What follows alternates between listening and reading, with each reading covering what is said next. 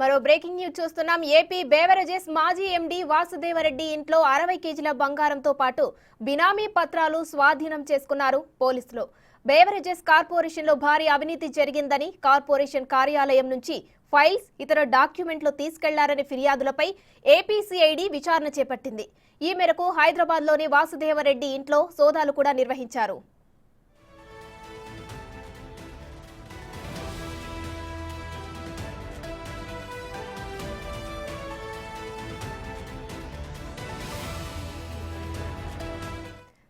కాగా వాసుదేవరెడ్డి మధ్యంతర బెయిల్ కోసం హైకోర్టును ఆశ్రయించారు. అయితే వాసుదేవరెడ్డి ముందస్తు బెయిల్ పిటిషన్ను హైకోర్టు తిరస్కరించింది.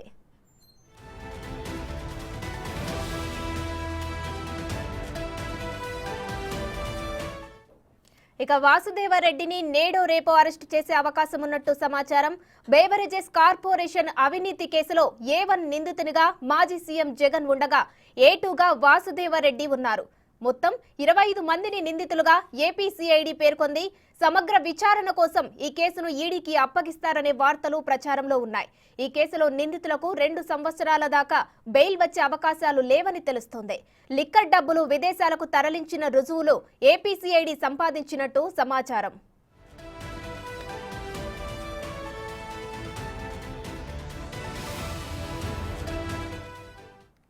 దీనిపై మరింత సమాచారం మా ప్రతినిధి మల్లికార్జున్ ఫోన్ లైన్ లో అందిస్తారు. మల్లికార్జున్, చెప్పండి. బేవరేజెస్ సంస్థలో అవకతవకలు జరిగినట్టు సిఐడి గుర్తించింది. దీన్ని ఈడీకి కూడా అప్పగిస్తున్నట్టు తెలుస్తోంది. దీనిపై అప్డేట్స్ ఏంటి? ఉమస్వి ఏదైతే ఉందో 2019 నుంచి 24 అంటే 5 సంవత్సరాల పాటు ఏపీ బేవరేజ్ కార్పొరేషన్ కి సంబంధించి అవకతవకలు జరిగాయంటూ కూడా దాంట్లో ప్రధానంగా AP beverage corporation managing director Vasudev Reddy ఈ తతంగం అంతా నడిపాడంటూ కూడా తీవ్ర ఆరోపణలు అయితే రావడం జరిగింది. ఇటు పక్క ప్రతిపక్షంలో ఉన్నప్పుడు ఇటు టీడీపీ, వైసీపీ, టీడీపీ, బీజేపీ అలాగే జనసేన 3 ఎన్డీఏ కూటమిలో ఉన్న కూడా ఫిర్యాదులు చేసిన సందర్భాలు కూడా ఉన్నాయి. ఈ సందర్భంలోనే ఏపీ సిఐడి కేసు అయితే నమోదు చేయడం జరిగింది. అలాగే వారం రోజుల క్రితం నుంచి కూడా హైదరాబాద్ లో ఉన్న వాసుదేవ్ రెడ్డి నివాసాల్లో కూడా ఈ ఏపీసీఐడి సోదాలు నిర్వహించింది. ఈ సోదాలలో కీలక పత్రాలతో పాటు 60 కేజీల బంగారాన్ని కూడా స్వాధీనం చేసుకున్నట్టు కూడా చెప్తా ఉన్నారు. ఈ పత్రాలు ఆధారంగా కూడా వాసుదేవ్ రెడ్డిని అరెస్ట్ చేసే అవకాశం ఉన్నట్టు కూడా చెప్తా ఉన్నారు. 5 సంవత్సరాల కాలంలో ఏదైతే బేవరేజ్ కార్పొరేషన్ ద్వారా మద్యం ఏ అమ్మకాలు జరుగుతా ఉన్నాయో, డిస్టిలరీ కంపెనీలు ఏవైతే ఉన్నాయో ఆ కంపెనీలకు సంబంధించి వాళ్ళ అనుయాయులకు ఈ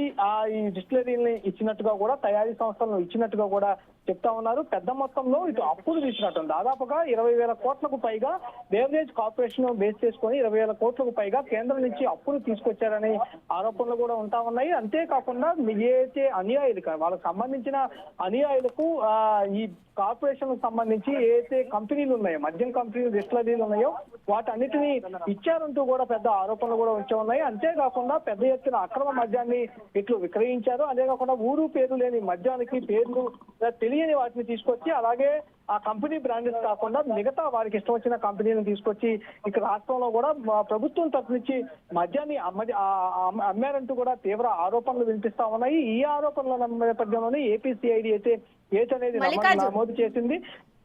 మల్లికార్జున్, ఈ కేసులో ముఖ్యంగా A1 గా మాజీ సీఎం జగన్ ఉన్నారు. ఆ తర్వాత A2గా వాసుదేవరెడ్డి, తర్వాత మొత్తం ఇన్వాల్వ్ అయిన వాళ్ళు 25 మంది ఉన్నారు. వారికి నోటీసులు అందే? ప్రస్తుతానికైతే వాళ్ళకి సంబంధించిన నోటీసులు అయితే అందినట్టు కూడా లేవన్నట్టు కూడా తెలుస్తా ఉంది. ఎందుకంటే ప్రధానంగా A1 గా ముఖ్యమంత్రి హోదాలో ఆ కార్పొరేషన్ సంబంధించి కానీ ప్రభుత్వం నడిపే అధినేత కాబట్టి ఆయన్ని A1 గా కూడా చూపిస్తూ ఉంటారు. ఆయన నిర్ణయాల మేరకే ఆ బేవరేజ్ కార్పొరేషన్ అనేది నడుస్తూ ఉంటే మేనేజింగ్ డైరెక్టర్ గా ఆయన వాసుదేవ్ రెడ్డి ఉన్నప్పటికీ కూడా ముఖ్యమంత్రిగా అప్పుడు జగన్ ఉన్నారు కాబట్టి 5 సంవత్సరాల కాలంలో కూడా ఆయన బేస్ చేసుకున్నారు. ఆయన ఏదైతే నిర్ణయాలు తీసుకుంటా ఉన్నారో నిర్ణయాలకు అనుగుణంగా కూడా బేవరేజ్ కార్పొరేషన్ ఎండీగా ఆయన పనిచేయడం జరిగింది. ఎవరైతే వాసుదేవ్ రెడ్డి పనిచేశారో వారు ఈ నిర్ణయాలను అమలు చేసిన పరిస్థితి కూడా కనిపిస్తా ఉంది. ఆయన సంబంధించి సీఎం జగన్మోహన్ రెడ్డి అనుయాయుడుగా, ఆయన సంబంధించిన నేతగా కూడా పనిచేశారని కూడా తీవ్ర ఆరోపణలు కూడా ఆయన పైన ఉన్నాయి.